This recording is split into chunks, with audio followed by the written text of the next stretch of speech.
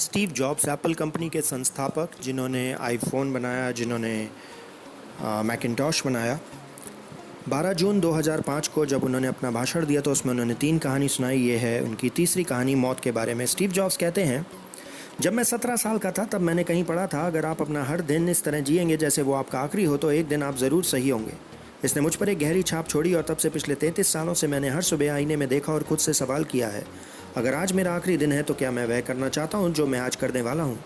और जब भी कई दिनों तक जवाब मुझे नहीं मिला तो मैं समझ जाता हूँ कि कुछ बदलाव करने की ज़रूरत है। ये याद रखना कि मैं जल्दी ही मरने वाला हूँ मेरे लिए अपनी ज़िंदगी के बड़े नतीजे लेने के लिए एक ख़ास ख्याल साबित हुआ, क्योंकि सब कुछ बाहरी उम्मीदें, सारा गर्व, हार और शर्मिंदगी, सब कुछ मौत के सामने कुछ नहीं है। जो सबसे ज़रूरी है बस वही रह जाता है। ये याद रखना कि आप मरने वाले हैं सबसे अच्छा तरीका है कुछ खोने के डर के जाल से बचने का, जो मैं जानता हूँ। आप पहले ही नग्न हैं, इसलिए क्यों ना अपने दिल की ही सुन लें। साल भर पहले मुझे पता चला कि मुझे कैंसर है। सुबह 7:30 बजे मेरा स्कैन हुआ जिसमें मेरी पैनक्रियाज में एक ट्यूमर साफ दिखाई दे रहा था। मैं ये भी नहीं जानता था कि पैनक्रियाज होती क्या है। डॉक्टर ने मुझे साफ साफ बताया कि यह एक तरह का कैंसर है जिसका कोई इलाज नहीं है और मुझे 3 से 6 महीनों से ज़्यादा जीने की उम्मीद नहीं करनी चाहिए। मेरे डॉक्टर ने मुझे घर जाने की सलाह दी, अपना सब काम करीने से रख लेने को कहा, जो डॉक्टर तब कहता है जब वो कहना चाहता हो मरने से पहले तैयारी कर लो। इसका मतलब है अपने बच्चों से कुछ ही महीनों में वो सब कहने की कोशिश करना जो आपने सोचा था अगले 10 सालों में कहेंगे। इसका मतलब है हर चीज़ अपने परिवार के लिए तैयार करके रखना ताकि उन्हें कम से कम परेशानी हो। इसका मतलब है लोगों से अलविदा कह लो। मैं अपनी बीमारी की जानकारी के साथ पूरे दिन रहा। उस दिन शाम को मेरी बायोप्सी हुई जिसमें उन्होंने मेरे गले के अंदर एक एंडोस्कोप डाला जो मेरे पेट से होता हुआ मेरी अंतड़ियों तक पहुंचा। उन्होंने मेरी पैनक्रियाज में सुई घुसाई और ट्यूमर सेल निकाली। मैं बेहोश था, मगर मेरी पत्नी जो वहाँ थी उसने बताया जब उन्होंने वो सेल माइक्रोस्कोप के नीचे रख के देखा तो डॉक्टर रोने लगे, क्योंकि पता चला कि ये एक ऐसे अनोखे तरह के पैनक्रियाटिक कैंसर था जो ऑपरेशन से ठीक हो सकता था। मेरा ऑपरेशन किया गया और अब मैं ठीक हूँ। मौत के इतना पास मैं और कभी नहीं था और मैं उम्मीद करता हूँ अगले कुछ दशकों तक मैं इतना पास ना आऊँ। इससे निकल आने के कारण मैं आप सबसे ये उससे और ज़्यादा निश्चित तौर पर कह सकता हूँ कि मैंने आपसे तब कहा था जब मौत एक ज़रूरी मगर बौद्धिक विचार था। मरना कोई नहीं चाहता।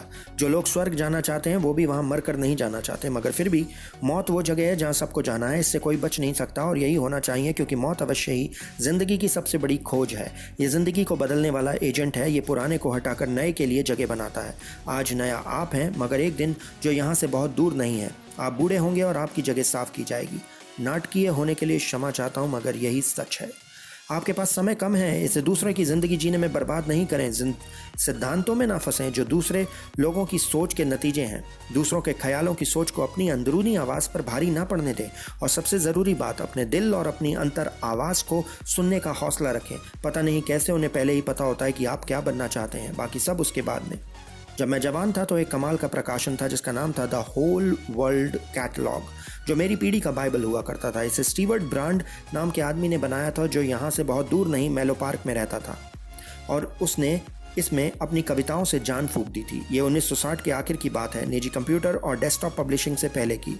इसलिए ये सब टाइपराइटर, कैंची और पोलराइड कैमरों से बनाया हुआ था। ये एक तरह से किताब के रूप में गूगल था। गूगल के आने के 35 साल पहले एक आदर्शवादी था और कमाल के उपकरण और महान ख्यालों से भरा हुआ था। स्टीवर्ट और उसकी टीम ने द होल अर्थ कैटलॉग के कई अंक निकाले और जब वह अपना समय पूरा कर चुका था तो उन्होंने एक आखिरी अंक निकाला। 1970 की बात है, मैं आपकी उम्र का था। उनके आखिरी पन्ने पर गांव की सड़क की सुबह सुबह की एक तस्वीर थी, ऐसी जगह जहां अगर आप शौकीन हैं तो आप खुद घूमने जाना चाहेंगे। उसके नीचे लिखा था, भूखे रहिए, बेवकूफ़ रहिए, स्टे हंग्री, स्टे फुलिश। ये उनका जाते जाते आखिरी पैगाम था, भूखे रहिए, बेवकूफ़ रहिए। और मैंने अपने लिए हमेशा यही कामना की है। आज जब आप सब ग्रेजुएट होकर एक नई शुरुआत कर रहे हैं, यही कामना मैं आपके लिए करता हूँ। भूखे रहिए, बेवकूफ़ रहिए, स्टे हंग्री, स्टे फुलिश।